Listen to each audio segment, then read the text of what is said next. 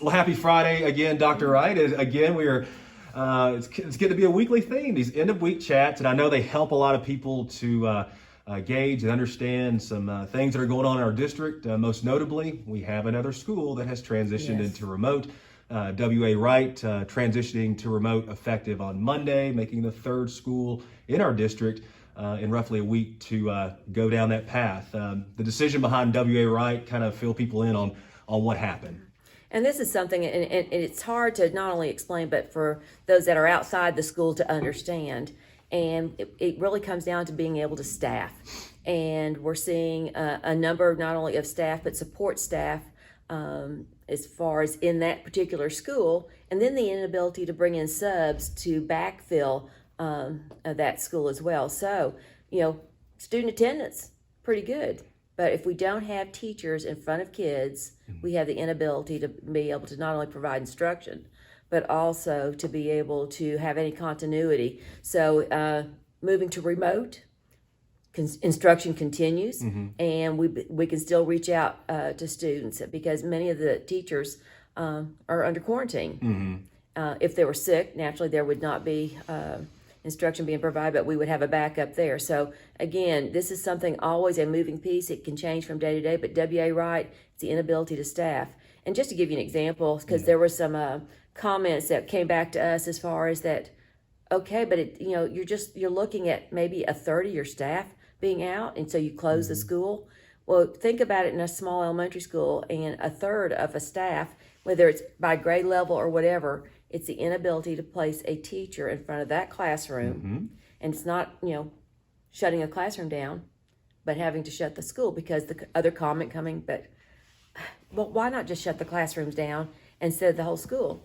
Well, in the instance of looking at W.A. Wright, we're talking about not only a group of teachers that touch every grade level, but also looking at support staff that also have been impacted by having to be either quarantined or they're positive. So again, we have to look at it, and it's not a decision that we just arbitrarily make. We're looking at all the factors. Can we staff the school? Can we meet the needs of the students? And particularly to make sure that there's someone in every classroom. The pandemic has certainly created domino effects anywhere, and when it comes to a school district, it really does impact it in a big way, as we've seen with the three schools who have transitioned to remote. Let's clarify another question that we get is with the subs.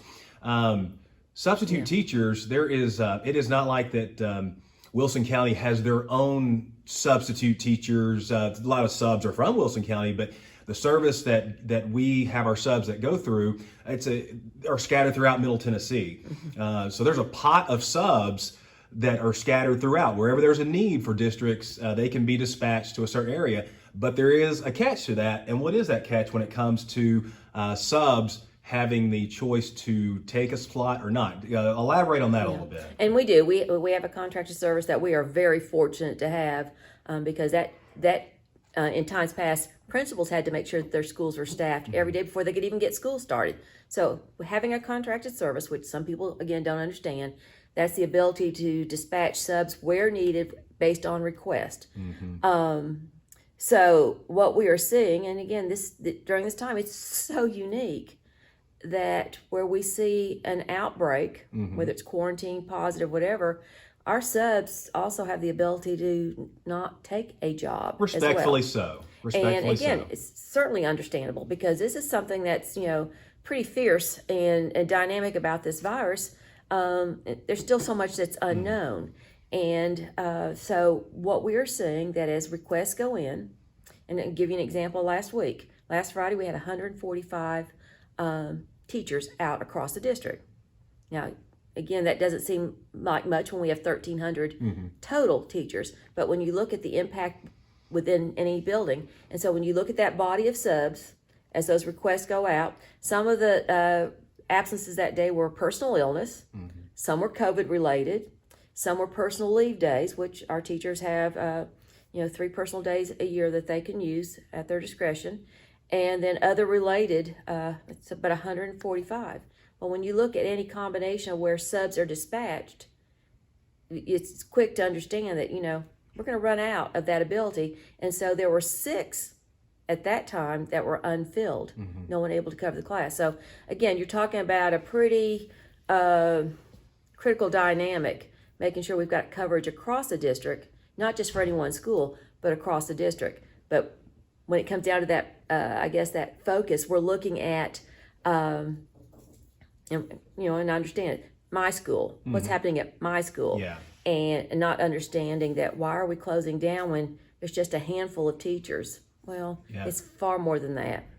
Very much so, and hopefully that sheds some light on some of the reasons behind closures and that sort of thing. It's a much broader picture than what it appears at surface level. Let's clear the air on something. Yes. Let's clear the air on something. We're not telling anybody out there in the community that they cannot go trick or treating or do those things. However, I think the message is whatever your Halloween looks like, by now you know what the safe measures are and how to do things safely and all those things. So we offer a reminder for those that want to enjoy the Halloween weekend. Well, I'm glad you brought it up. Wilson County Schools did not cancel Halloween, as some have proclaimed. And note the blue moon at this time. But the thing, it goes back to what you say, and not to make light of it, but we have to be responsible. We know that this is a traditional holiday, and because there's the emphasis as far as let's limit the door to door, that there might be parties or whatever. Again, be responsible. Take every measure to protect. Limit that group that might be coming in, because the thing we do know, much of what we're seeing as far as the transmission of this virus is being brought into the school. It's not, we're seeing limited transmission in the school. And that is something that, again, our health department's been able to provide that information for us. So be responsible. We have a regular scheduled board meeting as we close things up on this conversation. It's coming up on Monday night, 6 o'clock, and they certainly can catch that on our live stream. And among things, the agenda overall is pretty light, Yes. but we will be talking about where our schools are right now in the midst of this pandemic, and also an update on the 2 damaged schools from the tornado. Kind of elaborate on that. Absolutely. And just as a reminder to everyone, that when we have our regular board meetings, there is always an update either by department, whatever the need. I know that there's been some comments that we've seen through social media that we are not updating or keeping people posted as far as what's happening.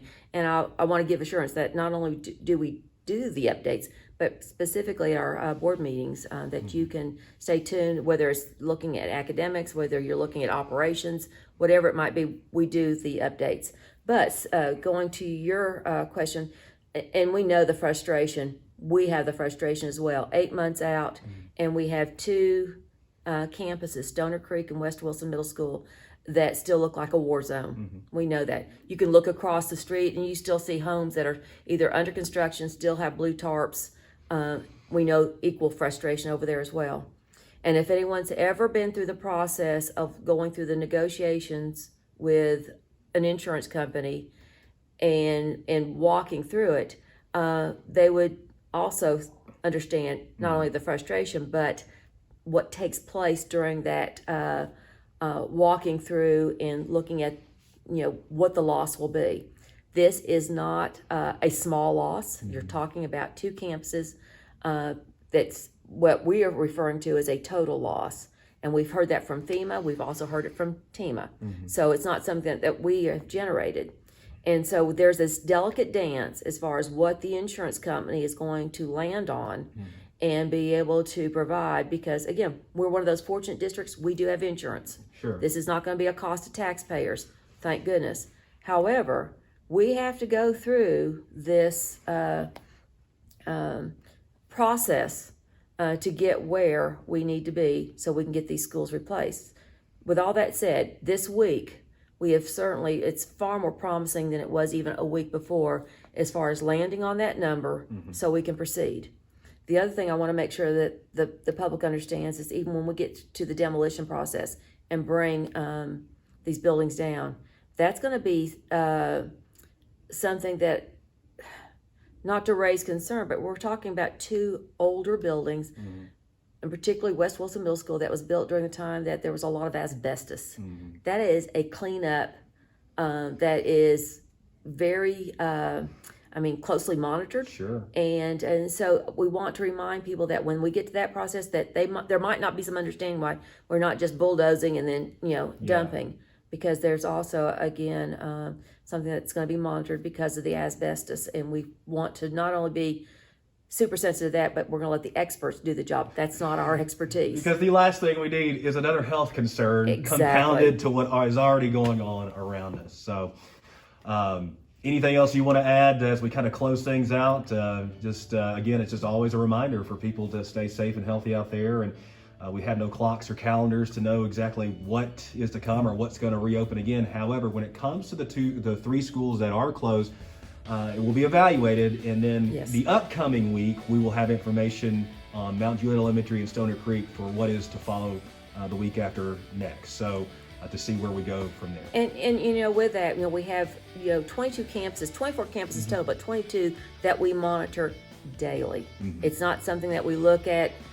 It's daily. We are in contact not only with the administrators, but we are watching even by grade level. So I think that's something I really want to stress, that we are in constant contact with each campus to see what is occurring daily in that building, so we can make the best decisions and as quickly so we can minimize the inconvenience for families. Because again, that's part of what we also put into our decision making. And I guess, Bart, I really want to share that we understand what parents are going through right now, having to make decisions, having to adjust. We're seeing it within our own school families as well, those adjustments being made, and that we take it very seriously. We do not sit and think of, how can we be disruptive today? Of course not. Every decision is very thoughtfully as far as processed, and then what do we need to do to keep everyone safe.